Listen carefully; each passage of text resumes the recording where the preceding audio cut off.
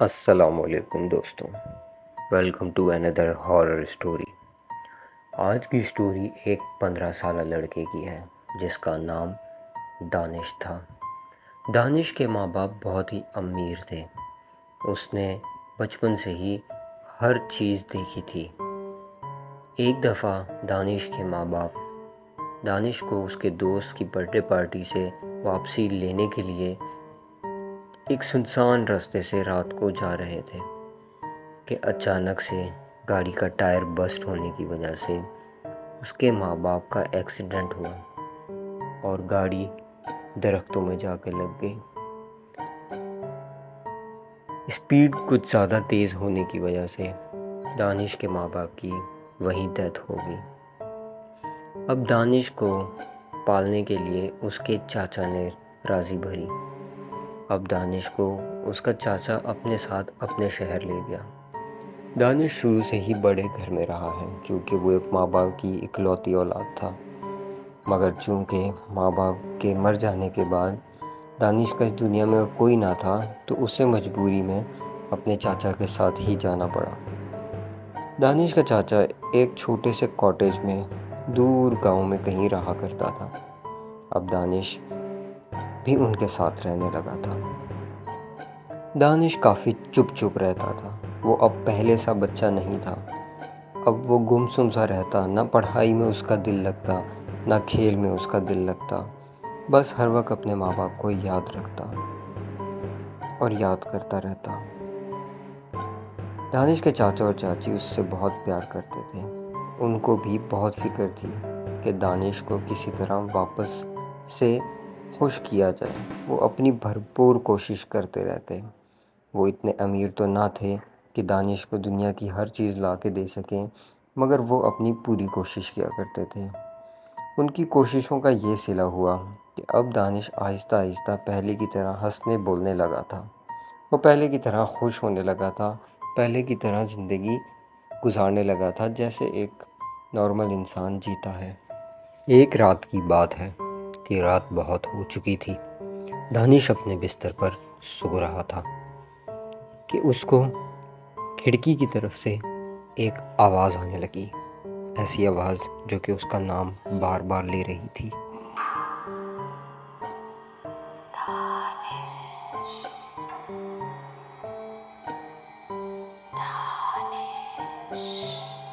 वो आवाज़ सुनकर दानिश की आँख खुल गई और उसने खिड़की की तरफ देखा। जैसे ही उसने खिड़की की तरफ देखा, खिड़की के बाहर एक लड़की खड़ी थी जिसके चेहरे पर पूरे बाल फेंके हुए थे और उसका चेहरा नहीं नज़र आ रहा था और वो खिड़की से अंदर की तरफ देखे जा रही थी। दानिश फट से उठकर बैठ गया। जैसे ही वो उठा तो वो वहाँ से गायब हो गई। दानिश बहुत घबरा गया। वो डरते हुए खिड़की की तरफ चला और खिड़की के पास जाके रुक गया। उसने बाहर देखा मगर उसे कोई नज़र ना आया। दानिश ने और गौर से देखने की कोशिश की तो दूर जंगलों में पहाड़ के पीछे एक लड़की उसे नज़र आई जो कि बहुत दूर से उसे देख रही थी। दानिश ने डर के जल्दी से खिड़की बंद की और आगे कर्टन कर दिया और वो बेड पर बैठ गया। दानिश ने वो सारी रात जाग कर गुजारी। नींद उसे अब आने वाली नहीं थी। इतना खौफनाक मंजर जो देखा था। सुबह वो उठकर वो सारी रात की जो भी बात थी उसने चाचा और चाची को बताई, मगर चाचा और चाची ने उसकी बात नहीं मानी। उन्होंने कहा कि हम यहाँ एक अरसे से रहते हैं मगर यहाँ ऐसा वाक़या कभी नहीं हुआ। ज़रूर तुम्हारा कोई वहम होगा। मगर दानिश जानता था कि ये उसका वहम नहीं है। दानिश चुप कर गया। अगली रात दानिश अपने बिस्तर पर लेट गया और उसकी आंख लग गई। थोड़ी ही देर में उसकी आंख खुली। आंख खुलने की वजह कमरे में चलने की आवाज़ें आना थी। उसकी आंख खोली तो कमरे में चलने की आवाज़ें आ रही थीं। वो आवाज़ें सुनकर वो घबरा गया। कमरे में घुप अंधेरा होने की वजह से उसने डरते हुए पूछा कि चाची, क्या ये आप हैं? मगर कोई जवाब ना आया। और चलने के कदम रुक गए। दानिश डर के फ़ौरन से उठ गया। उठा तो उसने अपने पैरों के पास वही कल वाली लड़की देखी, मगर आज उसका चेहरा दानिश की बिल्कुल सामने वाज़ेह था। उसकी आंखों के नीचे ऐसे गड्ढे थे कि जैसे किसी ने काला रंग किया हो, और आंखों से, मुंह से खून बह रहा था। जैसे ही दानिश ने उसकी तरफ देखा तो वो दानिश पर झपट गई। अगला दिन हुआ। अगला दिन दानिश बेहोशी से उठा। रात क्या हुआ कोई नहीं जानता। जैसे ही बेहोशी से उठा, चचा और चची उसके सामने खड़े थे और उसे बुला रहे थे, दानिश बेटा उठो। दानिश जैसे ही उठा, वो घबराया हुआ, उसके पसीने छूटे हुए और उसकी आंखों में खौफ था। चाचा और चाची ने खूब पूछा कि क्या हुआ, मगर वो एक लफ्ज़ न बोला।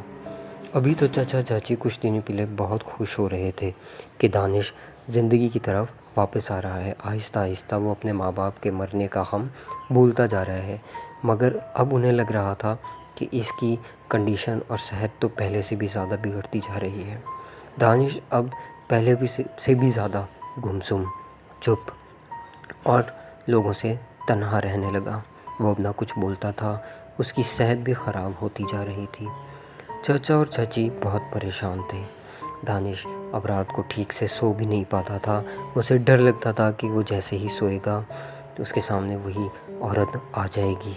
चाचा और चाची ने परेशान होकर एक साइकेट्रिस्ट से रब्ता किया। साइकेट्रिस्ट ने उसका मुआयना करके ये कहा कि इसको अपने माँ बाप के मरने की वजह से एक ऐसी बीमारी हो गई है जिसमें इंसान को अजीब शक्लों की मखलूक आसपास चलती फिरती नज़र आती हैं, मगर हकीकत में वो नहीं होती। डॉक्टर ने उसे दवा दी और चाचा और चाची उसे पहले से भी ज़्यादा प्यार देने लगे ताकि दानिश ठीक हो जाए और उसको दवाइयाँ देने लगे। एक रात की बात है कि दानिश के चाचा की तबीयत बहुत ख़राब होने लगी, जिसे इमरजेंसी में चाची गाड़ी में लेकर चली गई। उन्होंने दानिश को जगाना ज़रूरी नहीं समझा, क्योंकि वो जानते थे कि अगर दानिश उठ गया तो फिर वो सारी रात नहीं सो पाएगा। दानिश, जो कि छोटी आवाज़ पे भी आँख खोल बैठता था, वो गाड़ी के चलने पर उठ गया और उसे इस बात का अंदाज़ा हुआ थोड़ी ही देर में कि वो घर पर अकेला है। चाचा और चाची कहीं चले गए ये सोचकर दानिश घबरा रहा था। उसकी घबराहट में मज़ीद इजाफा ही होता जा रहा था। दानिश ने सोचा कि क्यों ना मैं अपनी दवाइयाँ ले लूँ ताकि ये घबराहट कम हो।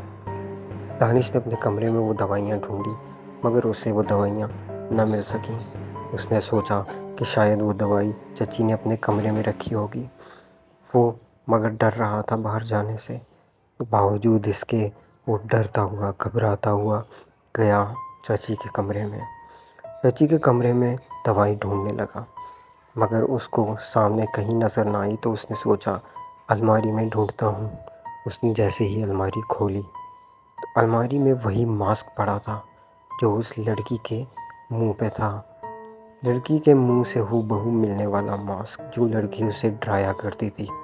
ये देखकर उसे अंदाज़ा हो गया कि चाचा और चाची मिलकर ही ये सब कर रहे थे। हकीकत में ऐसी कोई लड़की नहीं थी।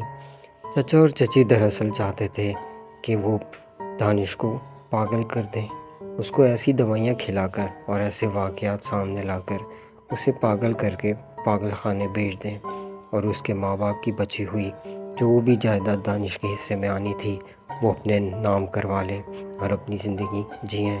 जब दानिश को इस बात का अंदाज़ा हुआ तो उसने वो घर फ़ौरन छोड़ दिया और पुलिस से रब्ता किया और अपने चाचा और चाची को उनके किए की सज़ा दिलवाई।